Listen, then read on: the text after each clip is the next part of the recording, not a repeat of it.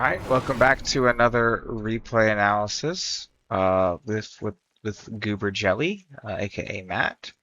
And this time we're playing against another Terran player on Sanctuary. We'll take a look.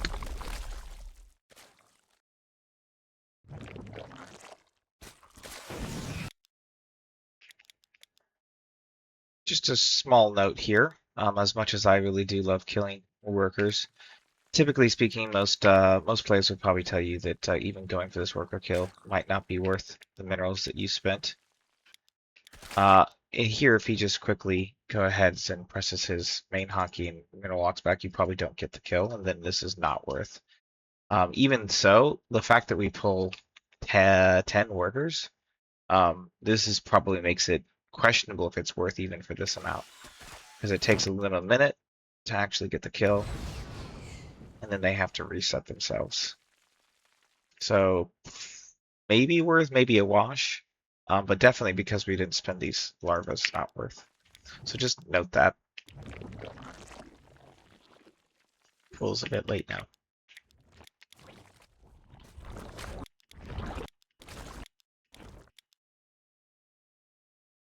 Okay, strange. I guess a CC first from Terran opponent.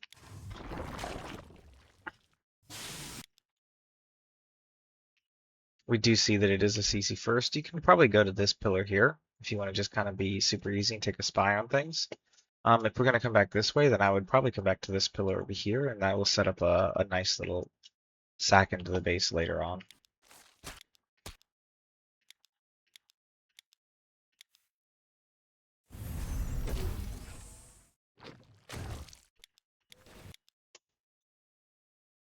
We see that he is going to be going for probably Hellions.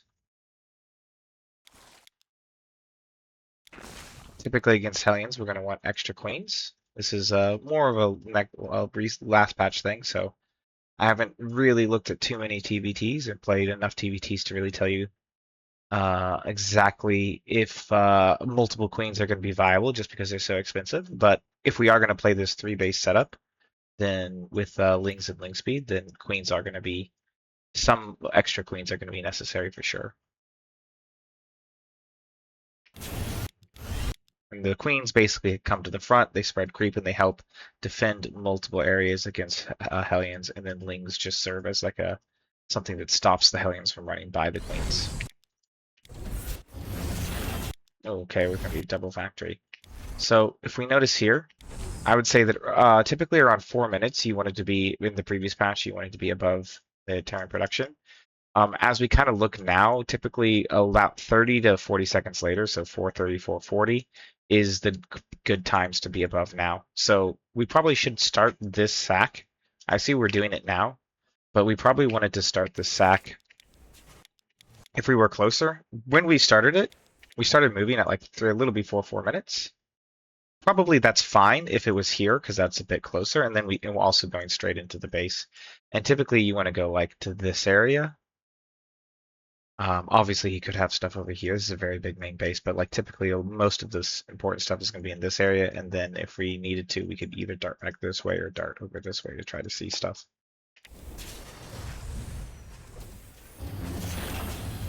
So maybe like 350, if we were here, we could start like 350, 345 to 350, you could start moving in.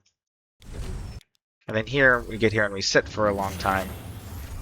And we do see this base, which is nice, and we should know that this is not like a 3cc base, so he's done something, he's built more buildings before, because this just started at 5 minutes. It's quite a late base.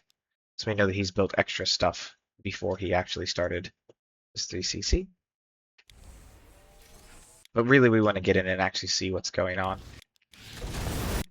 And here, these Lings, we don't want them at all to be this far out. So these Lings need to be their job is to defend our drones. We're only making them, like all of these Lings we make, they could be one drone. Each 2 Lings could be 1 drone. And so if we're going to make them, we don't want to have to remake them. So we leave them on creep where we know that they can trade effectively with Hellions, especially if they have queen support. That's another reason why we want to get creep tumors out, is so that we can leave the queens. And then we want to make sure that Hellions can't dive here, so he can't cause problems. So that being the case, when we see his units here, we chase him away. And it would have been nice if we would have actually moved commanders a little bit to surround and then attacked, because then both these Hellions would be dead. But as soon as we sort of miss the kill on these Hellions and they get off creep, we don't really actually aren't able to attack them anymore. So maybe we get that one, but you don't really need to get this second. This one's so low, we have Lings coming, we can get it. But this one, it's fine. He's far away from where we need him to be. So at this point, the Lings just come back home and resume defensive positions. And again, with extra queens, which you see now for sure, we have money for extra queens, we'd be able to make creep timers.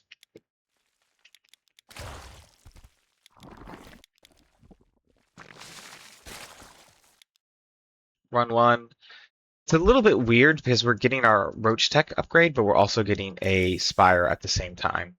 I would say that if we're going to go for like this cheeky Spire, one, we need to make sure we have all of our gases saturated. We see we only have one in here.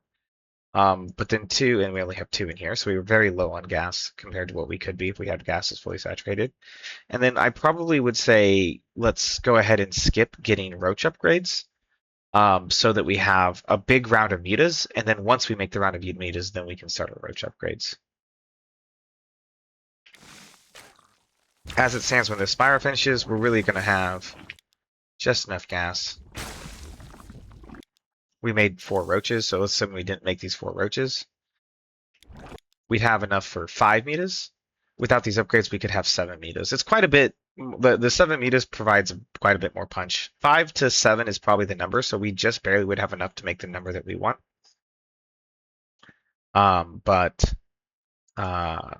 Really 7 gives you a little bit more buffer. So typically speaking, let's go ahead and, like, if we're going to go for this cheeky Spire, let's go ahead and put all of the eggs in the basket of the Spire. And then once we kind of do the first round of mutas, then you can start your upgrades in different directions.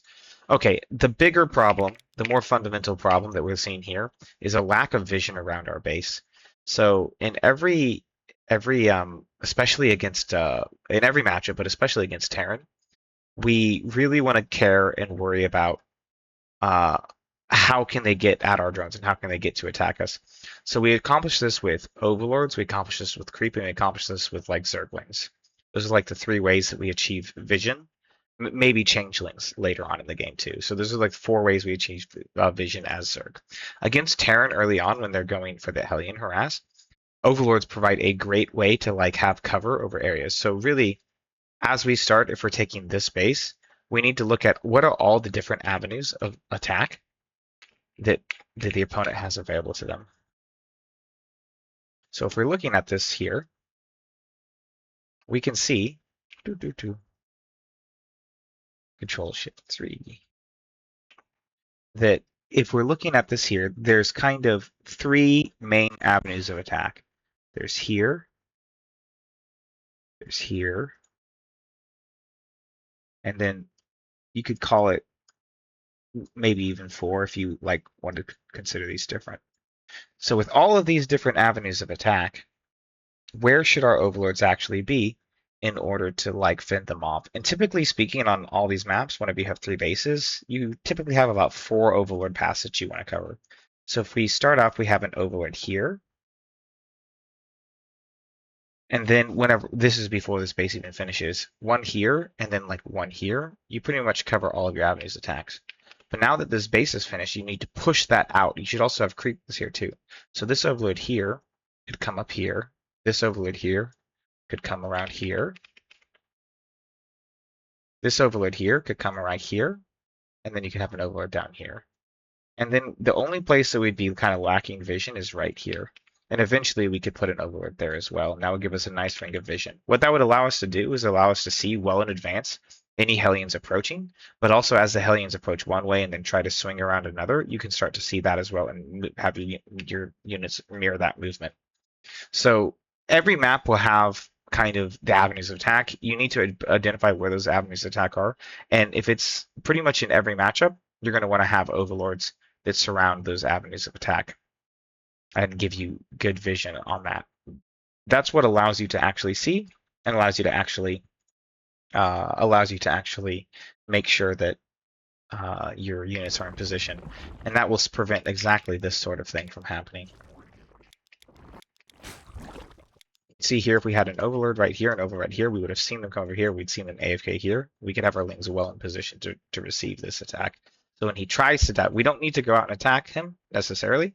We just need to pull queens over this way, roaches over this way, and like lings in the back to stop, as a safety net to stop him from getting through.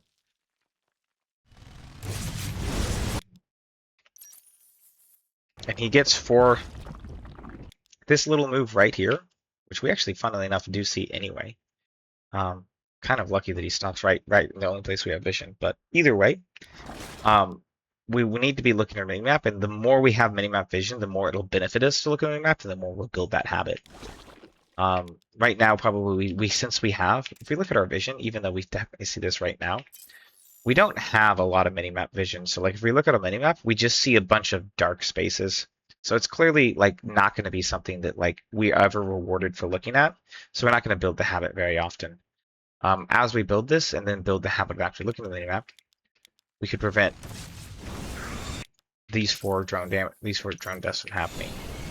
And essentially, it does seem like a good trade because like the Hellions are technically, I mean, he's about to finish a frontal pre-igniter, then he threw away all his Hellions, or at least 5 of his Hellions. So it does feel like a good trade, kind of, except the problem is we're already very low on workers, and frankly, his Hellions are not very valuable, and they're basically free because he has 2 factories anyway, so he'll be able to pump out Hellions like no one's business. Whereas, you know, every drone that we can get right now is, you know, a very good drone. So until we reach like much higher drone counts, probably like 80, 90, we really don't want to be trading, even though like the trades are maybe technically by the numbers okay. We still just don't want to do that. Okay. So we see that he's in a very weird barracks mech setup.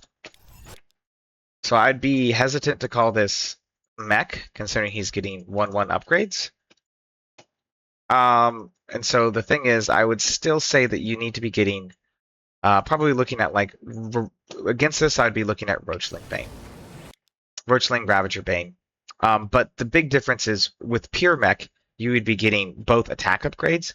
Against this, you're still going to prioritize getting probably melee carapace upgrades.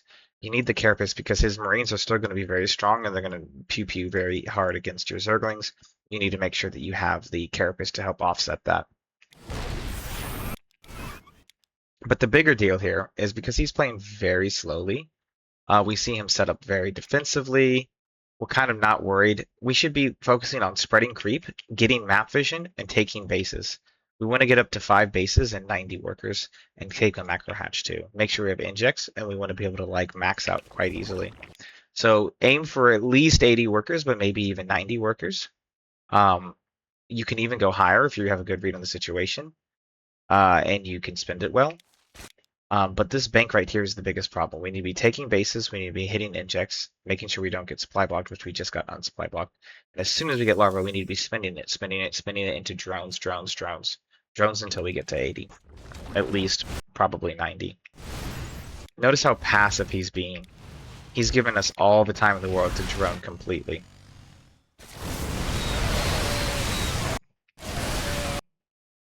This attack was pretty, for this stage in the game, with how long we've had to like drone, this attack is very pitiful. We could be at 90 drones and have probably more units than we have now if we're just spending our money.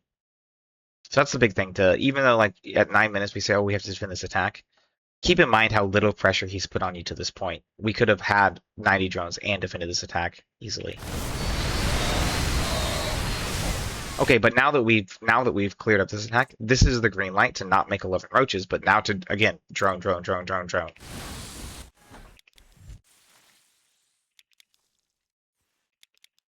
So we're taking bases, but we're not saturating the bases we take. This is the big problem.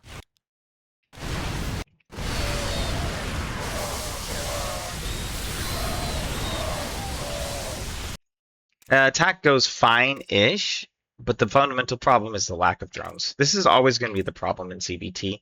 ZBT is a pretty big production matchup for both sides. Both sides can produce very quickly, and both sides can kind of mine minerals very quickly. And so, like, whichever side can, if it becomes where like one fight doesn't matter so much as like who can sustain the fighting for longer.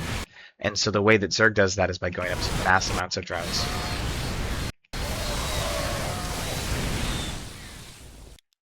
So while we are officially winning, we're still like missing the idea of the win condition we have is to make sure that we have more drones and continue to have a ton of production.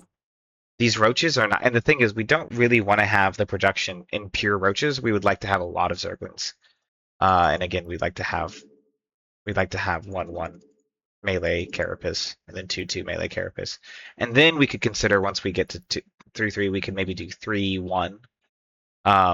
So 3 carapace plus 3 carapace plus 1 ranged at that point, or plus 2 ranged. But yeah, we don't particularly want to be, especially because he has these marines with these upgrades.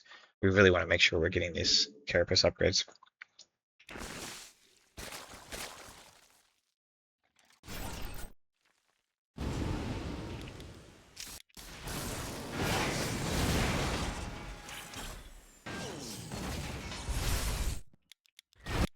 The big thing here is there's way too many roaches in this army. You want to probably have at most like 16 roaches, maybe 15, and then like most of those roaches, like 10 to 12 of them should be 10 to 12 of them, somewhere around there, should be ravagers.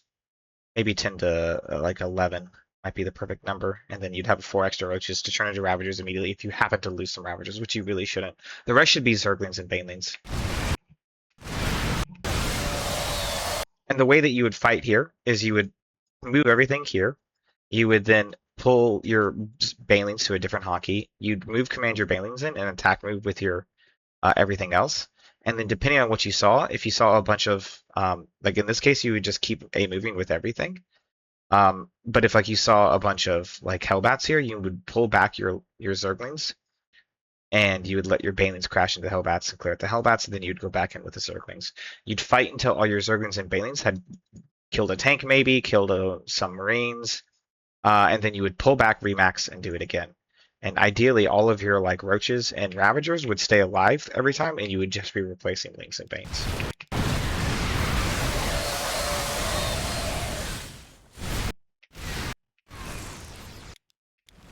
The big issue here is we're not like we even have larva. We have 46 larva, and we're still not remaxing. So we need to get much better at like remaxing instantly. Typically lower. I often recommend lower worker counts and doing all-ins to help build this like skill of like, hey, let's attack and build stuff while we attack. It applies in these big situations, but it's harder to see. It's harder to get to isolate that skill because there's so many other skills that we talked about. But in general, the issue right now is that we're not rebuilding and remaxing stuff faster. These mutalisks are pretty questionable at this point. Like we've already showed metas once. He has missile turrets and he has marines, so it's not like these metas are going to be particularly effective. More zerglings, and then the baneling nest is completely missing. We want a baneling nest for sure.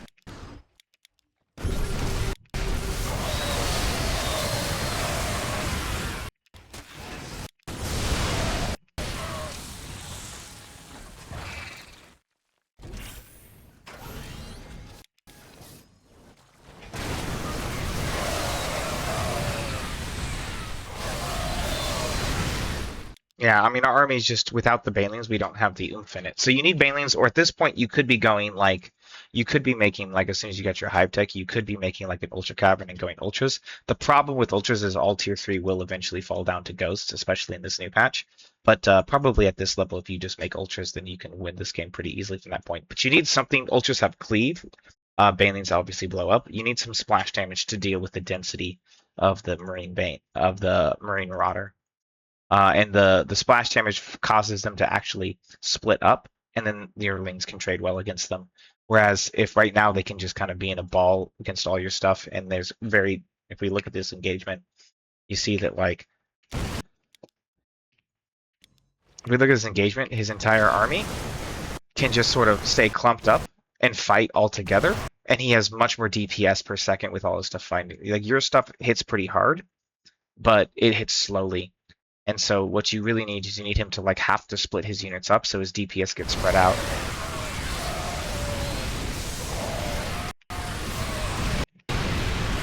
So if we want to recap kind of what the issues were this game, one is I'd say that we pretty much never had a drone count. Like we should be aiming for 80 to 90 drones every game versus Terran.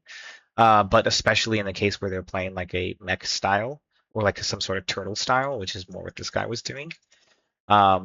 So that would be the first thing that we need to fix. The second thing is that we never had a Bane nest, and I think a Bane nest is super important against in ZVT, no matter if they're going bio or they're going mech. And third is we've never really prioritized getting our upgrades. Like we prioritize getting +1. We prioritize ranged, but we need to be prioritizing carapace versus bio plays, and probably melee then second. Should be the next prioritization to help those Lings and Banes, which should be the primary part of our army reinforced. So thanks for the replay. If you guys enjoyed this, then definitely join Ladder Legends. We do free replay analysis. And if you sub, then you get one free coaching a month. Have a good one, guys.